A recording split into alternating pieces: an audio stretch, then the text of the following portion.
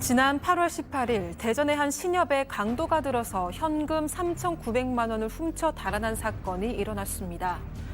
그리고 얼마 후 베트남 다낭에서는 한 수상한 남성이 나타났는데요. 베트남에서 한 달 살이를 한다더니 한인 교민의 가방을 날치기 하고 또 식당 사장님의 지갑까지 절도했습니다. 결국 이 남성, 카지노에서 도박을 하다가 경찰에게 긴급 체포됐는데요. 알고 보니 대전 신협 강도범이었습니다. 과연 해외 도피 21일 동안 이 강도범에게 무슨 일이 있었던 걸까요? 자, 지난 토요일 우리 베트남에 계시는 사반 가족 교민께서 이자를 봤다라는 제보를 저희한테 주셨어요. 그래서 주말 동안 저희도 이걸 계속 취재하고 준비하고 있었는데 어젯밤 체포가 됐다는 속보가 전해졌죠? 네, 일단 당시 사건부터 정리를 해드리겠습니다. 지난달 18일 헬멧을 쓴 한 남성이 대전의 한 신협에 들어가서요. 직원을 흉기로 위협을 합니다. 그리고 현금 3,900만 원을 훔쳐서 달아났는데 그 당시 CCTV 장면이 준비돼 있습니다. 당시 신협 CCTV 장면이고요. 범행 후 모습입니다.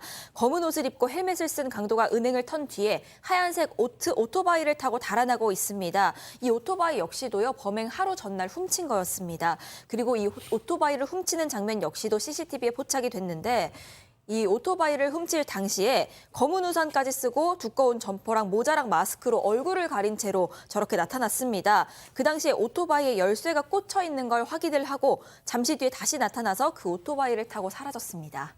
자, 하지만 꼬리가 정말 용이 주도하게 베트남으로 출국하는 것까지는 용케 도망갔죠. 하지만 꼬리가 길면 밟힌다고 하지 않습니까? 이 작자 결국 말씀드린 대로 어제 베트남 다낭, 경기도 다낭시라는 얘기가 있을 정도로 한국 분들이 많은 곳인데 거기서 잡혔습니다.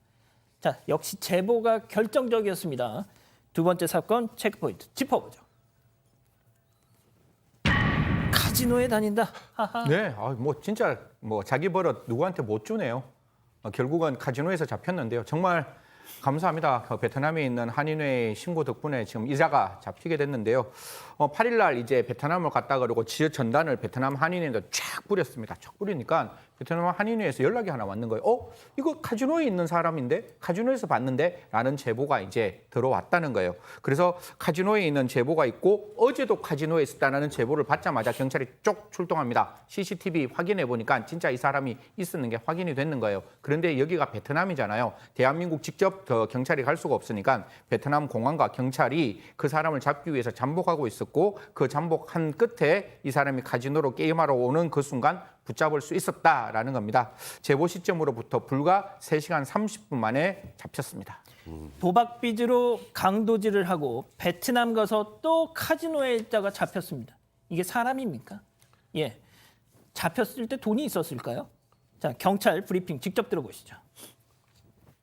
피의자를 아직 조사를 못했어요. 다 당연한 얘기지만 우리나라로 이제 송환이 되고 나면 우리나라에서 이제 차분히 조사가 돼야지 될 부분이라 지금 공안이 신병을 데리고 있는 상태에서 우리가 조사할 수도 없고 일단 걔한테 물어봤을 때는 지금 수중에 가진 돈은 크게 없는 걸로 그래서 지 말로는 대부분 도박에 이제 탕진한 걸로 그렇게 얘기는 하고 있습니다. 근데 아유, 소장님 진짜 사람도 아니에요, 진짜. 네, 그렇습니다. 검거 당시에 하나 200만 원 정도 되는 카지노 칩을 가지고 있었다고 하고요. 숙박소에서는 이제 베트남 돈 20만 원 정도를 가지고 있었다고 합니다. 그리고 이제 사실은 이제 본인이 검거될지도 모른다는 생각을 했던 것 같아요.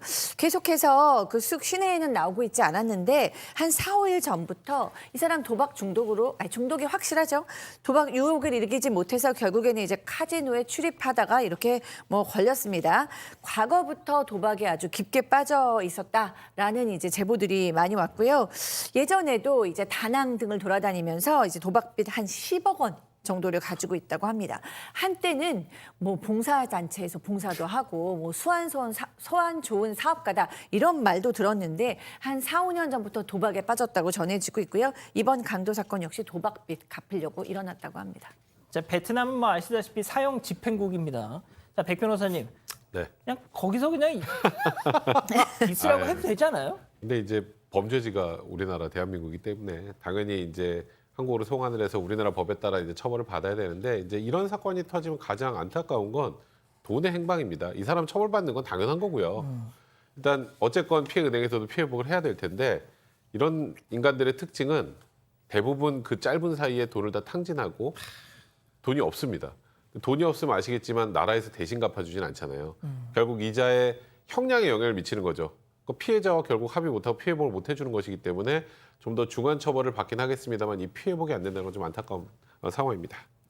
자, 그런데 제가 앞서 말씀드렸다시피 지난 토요일 저희 제보 카톡창으로 베트남에 계시는 다낭에 계시는 우리 교민 사방 가족께서 저희한테 제보를 해주셨어요. 자, 그런데 중요한 거 거기서도 온갖 진짜 협잡질을 하고 다녔다는 거예요. 네, 일단 지난 5일에 한인마트에서 가방 날치기를 했습니다. 그런데 이 피해자인 가방 주인이 그 마트 앞에서 잠복하다가 며칠 뒤에 포착을 한 겁니다. 그래서 가방 내놔라 하면서 실랑이가 벌어졌는데 몸싸움까지 이어졌다고 하고요. 그런데 이 남성이 호신용 스프레이를 가방 주인 얼굴에 뿌리고 다시 또 달아났습니다. 그 당시에 이 가방 주인이 찍은 이 도망가는 남성의 모습도 있습니다. 지금 나가고 있는 저 사진이고요. 저 오토바이 역시도 훔친 걸로 추정이 되는 아이고야. 상황입니다. 또 한인타운에서의 한 식당의 사장님의 지갑도 절도했다고 하고요. 이 경찰에서는 남성이 가방 훔치는 장면이 CCTV에 찍힌 거 다 확인했고요. 현재 조사 중인 상태입니다. 그 제보자에 따르면 저자가 베트남 한 달 살이를 하러 저 보세요. 지갑을 싹 보더니 딱 들고 칩니다. 아이고. 자, 소장님. 네. 그렇습니다. 이 사람이 우리 제보해 주신 한인 그 부동산을 운영하시는 사장님이세요. 이 제보자께서 이 8월 21일 날 이 사람이 와가지고 이 제보자 사장님께 나 베트남에서 한 달 살이 하는데 방 좀 구해달라고 그랬다는 거예요.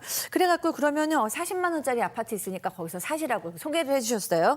근데 그러고 약속하고 돈도 냈는데 이 범인이 간과한 게 하나 있습니다. 왜냐하면 베트남은 호텔이든 거주지든 어쨌든 어느 거주지에 들어가면은 거주 신고를 해야 된대요. 그걸 이제 몰랐던 거죠. 그리고 그 거주 신고를 하면 바로 경찰에 연락이 된다고 합니다. 본인이 아마 근데 하루 만에 거주 신고를 하면서 아차 싶었겠죠. 다음 날 바로 와서 이사 가겠다라고 밝혔대요. 그러고 이제 바로 떠난 거예요. 근데 이 사람이 떠나고 나서 15분 후에 경찰관이 전화가 왔어요. 그러니까 경찰 아파트에서 전화가 왔어요. 그래서 이 사람 인터폴 수배가 된 사람이다. 예. 얘기해서 한 15분 만에 놓쳤다고 합니다. 그렇군요. 자, 우리 가족 여러분들이 앞서 그 인천 논현동 스토킹 살인 사건 관련해서 탄원서를 어디에다 쓰는지 지금 많이들 궁금해하시는데요. 사건 반장 유튜브 채널 커뮤니티란에 들어가시면은 거기 있습니다. 일단 방송 보시고 끝나고 들어가서 탄원서 동참해 주셨으면 좋겠습니다. 자, 정리하고요. 사건의 진실을 추적하고 싶다는 사방 가족분의 사연인데요. 궁금하시다면 사건 반장 유튜브 채널을 구독해 주세요.